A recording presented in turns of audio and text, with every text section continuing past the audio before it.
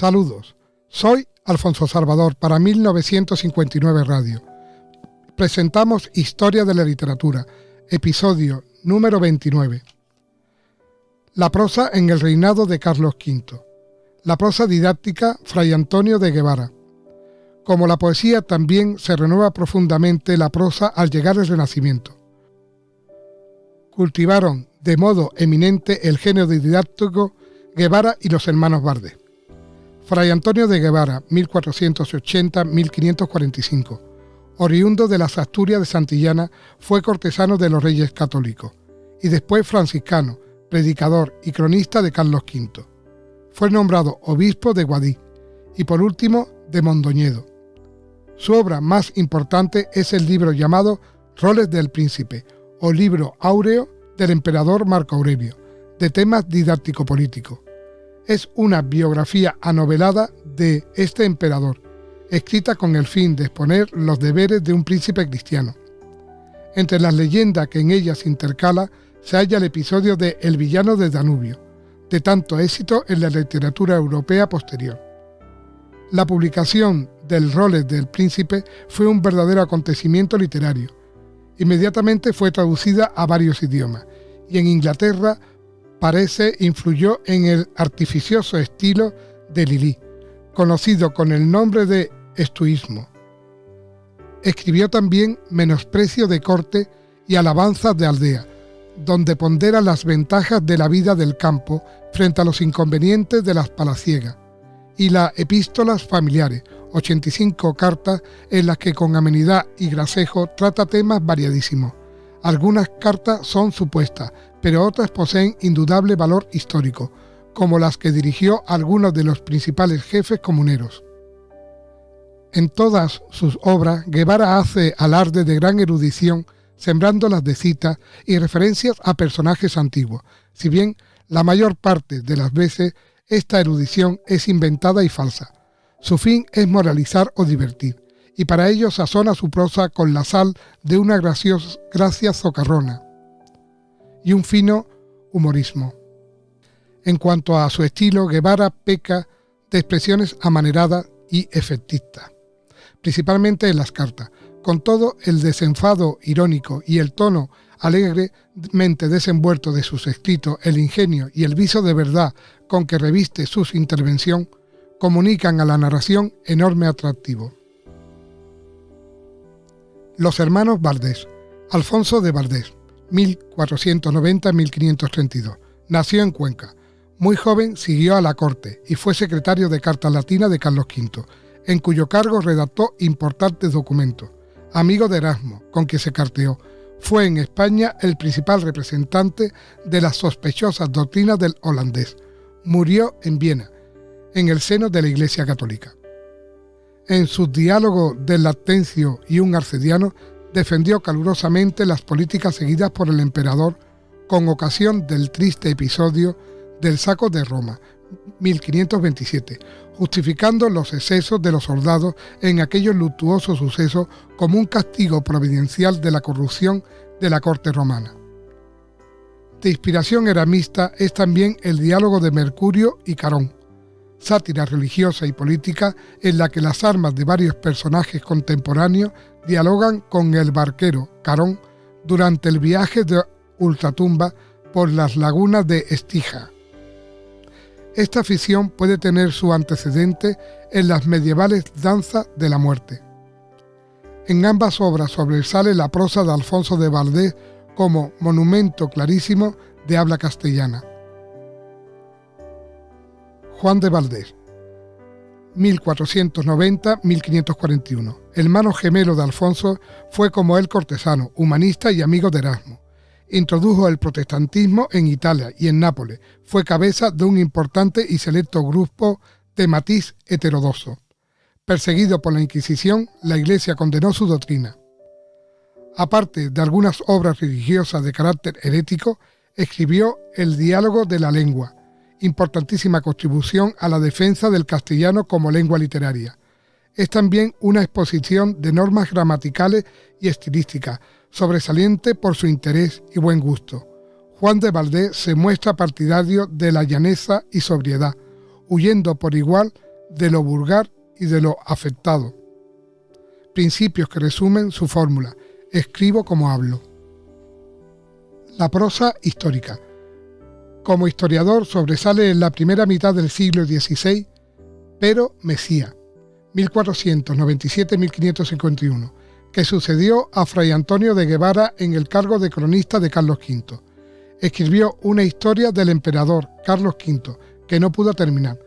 Se le debe también la Historia Imperial y Cesárea sobre la vida de los césares romanos y emperadores de Alemania.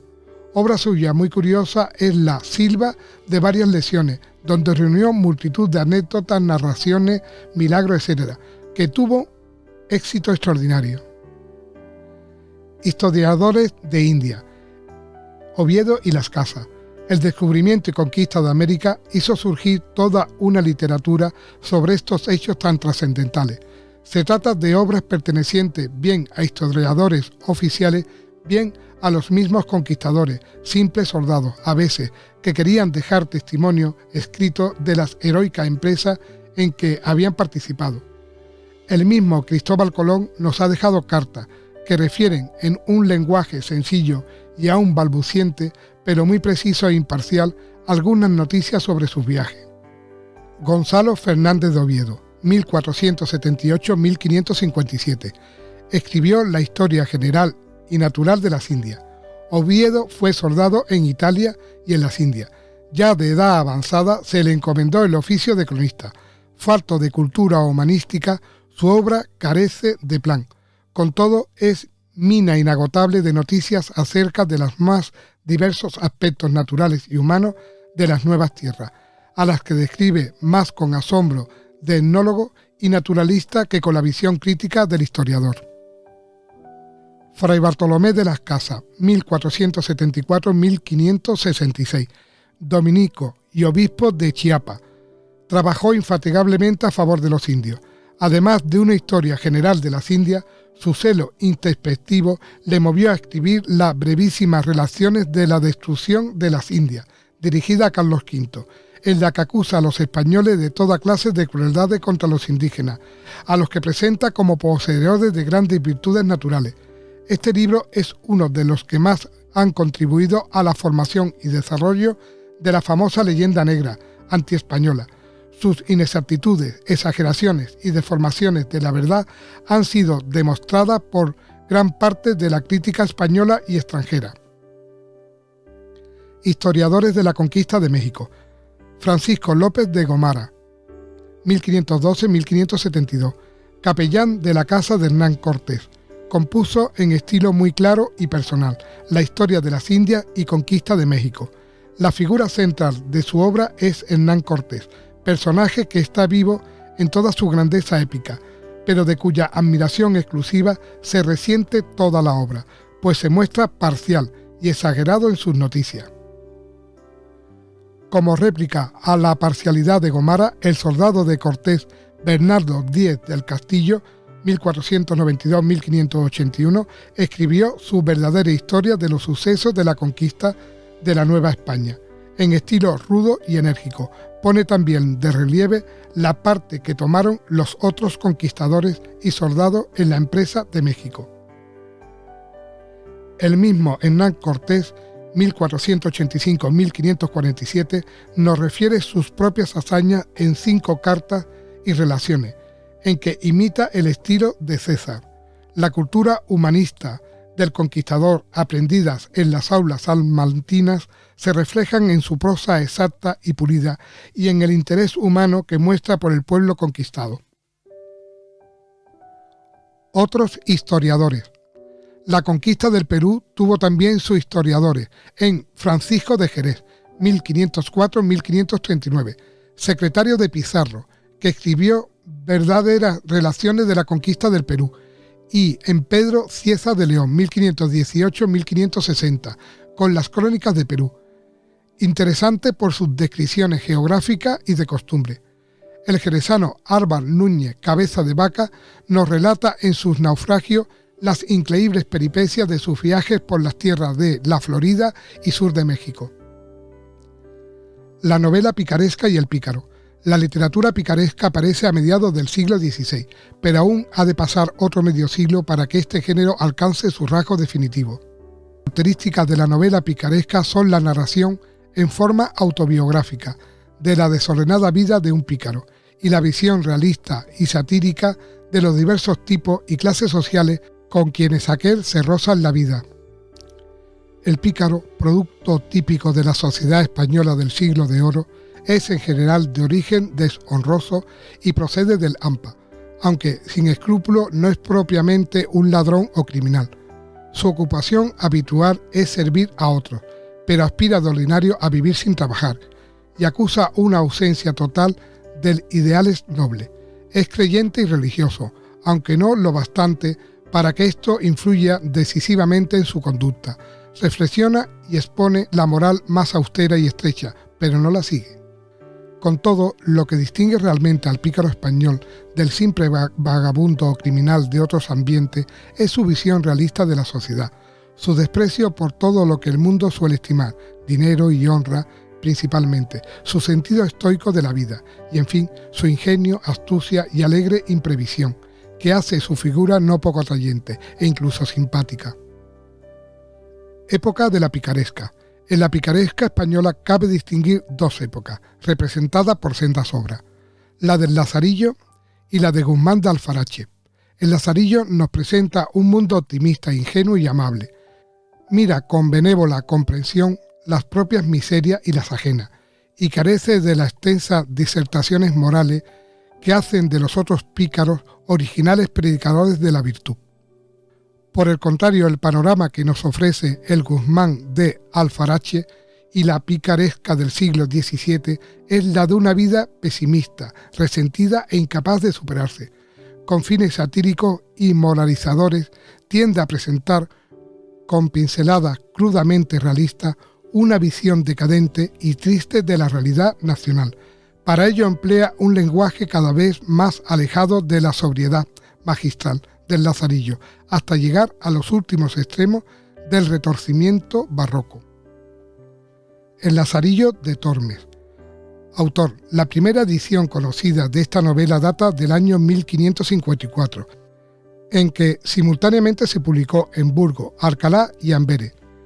La genial obra se atribuyó principalmente a Diego Hurtado de Mendoza y a Fray Juan de Ortega, general de la Orden de San Jerónimo, que la habrían compuesto en su juventud.